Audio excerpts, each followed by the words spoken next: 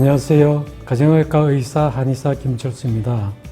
오늘은 여러분들이 궁금해 하실 부분 중 하나인 치매 환자를 어떻게 간병해야 되는가에 대한 이야기를 해볼까 합니다. 치매 환자를 간병하는 것은 쉬운 일이 아니죠.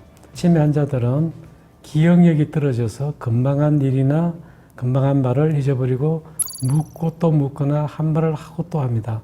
아무리 가족이라도 계속 같은 이야기를 들으면은 짜증이 날 수밖에 없죠. 하지만 짜증을 내거나 핀잔을 주는 것은 좋지 않습니다. 말하는 본인은 자신의 잘못을 모릅니다.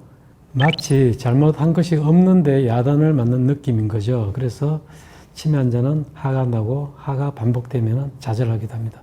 그래서 더 철이 없는 아이처럼 수준이 낮아지기도 하죠. 치매 환자와 눈높이를 맞추고 기대 수준도 낮춰야 합니다.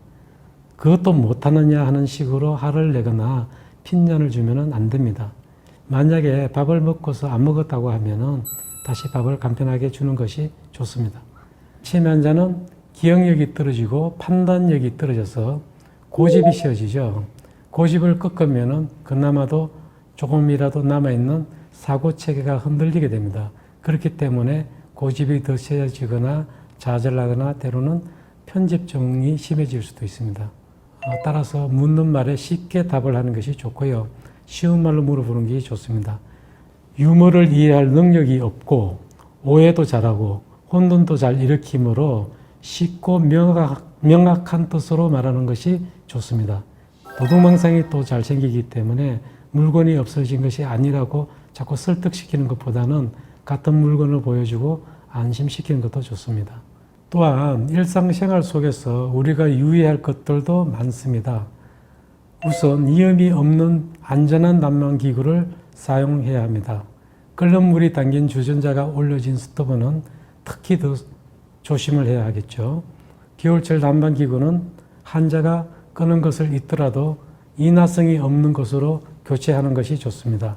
같은 의미로 욕실 또한 안전해야겠죠.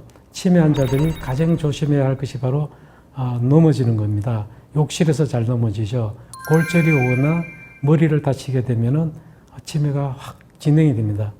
벽면 손잡이와 바닥에는 욕실용 발판을 빈틈없이 까는 것도 중요하죠. 미끄러지지 않게. 환자가 넘어져서 머리를 다치거나 허리를 다치거나 다리뼈, 고관절 이런 게 부러지는 것도 문제지만은 환자가 집을 나가거나 길을 잃어버리는 것은 굉장히 큰 문제가 되죠.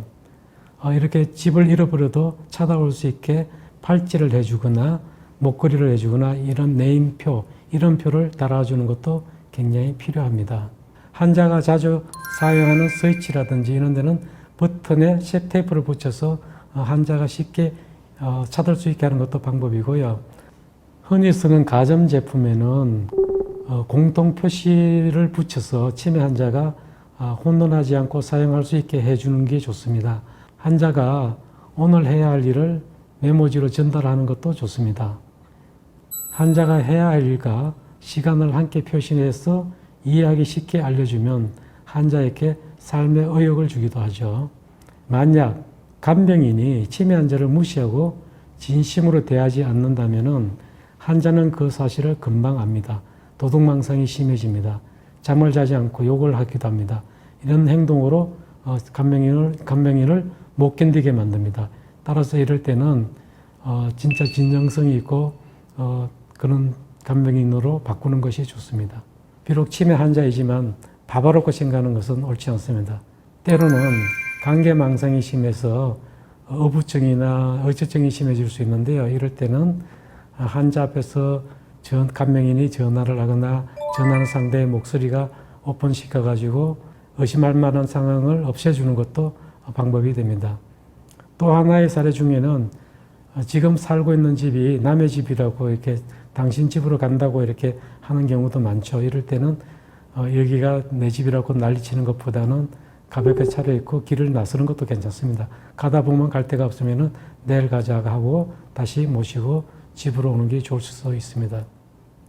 익숙하고 좋아하는 걸 침대 옆에 이렇게 배치해 놓으면 좀 느낌이 익숙해지니까 이런 일이 덜 일어나기도 하겠죠. 그리고 이제 때로는 치매 환자들이 악몽을 꾸는 경우가 굉장히 많습니다. 이때는 아침에 보면은 혀가 말라 비틀어져 있고 탈수가 돼 있고 탈진돼 있는 경우가 많습니다. 이럴 때는 병원을 모시고 가서 수액을 충분히 맞는 게 좋습니다. 그러면은 치매도 빨리 회복이 되고 컨디션도 회복되면서 더 진행이 되지 않습니다.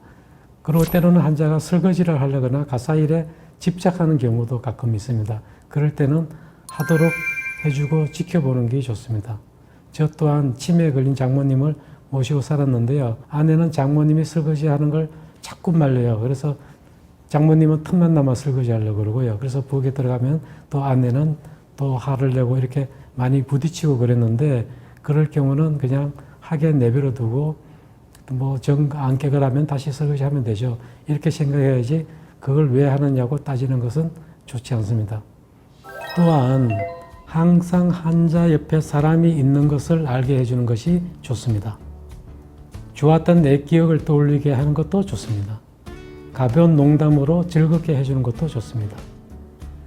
환자의 뜻을 온몸으로 이해하는 것이 필요할 때도 있습니다. 그러니까 환자가 어떤 말을 하는지 어떤 때는 의사소통이 안 되지만은 그 환자가 몸으로 이렇게 표시하는 거나 이런 걸 유심히 살펴보면은 환자가 어떤 뜻을 갖고 있는가를 알 수가 있을 때도 있죠. 그러니까 말로만 이렇게 이해하려고 그러지 말고 환자가 표시하는 몸의 바디랭귀지 같은 것도 이해할 필요가 있습니다.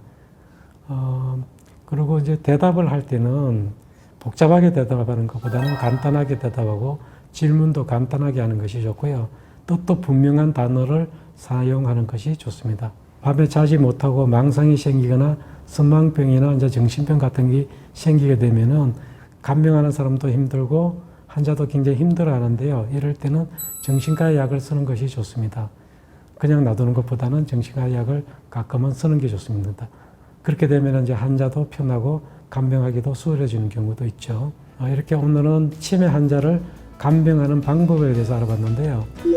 끝까지 치매 환자의 눈높이에서 생각하고 배려한다면 조금이라도 수월해지지 않을까 싶습니다. 지금까지 김철수였습니다. 고맙습니다.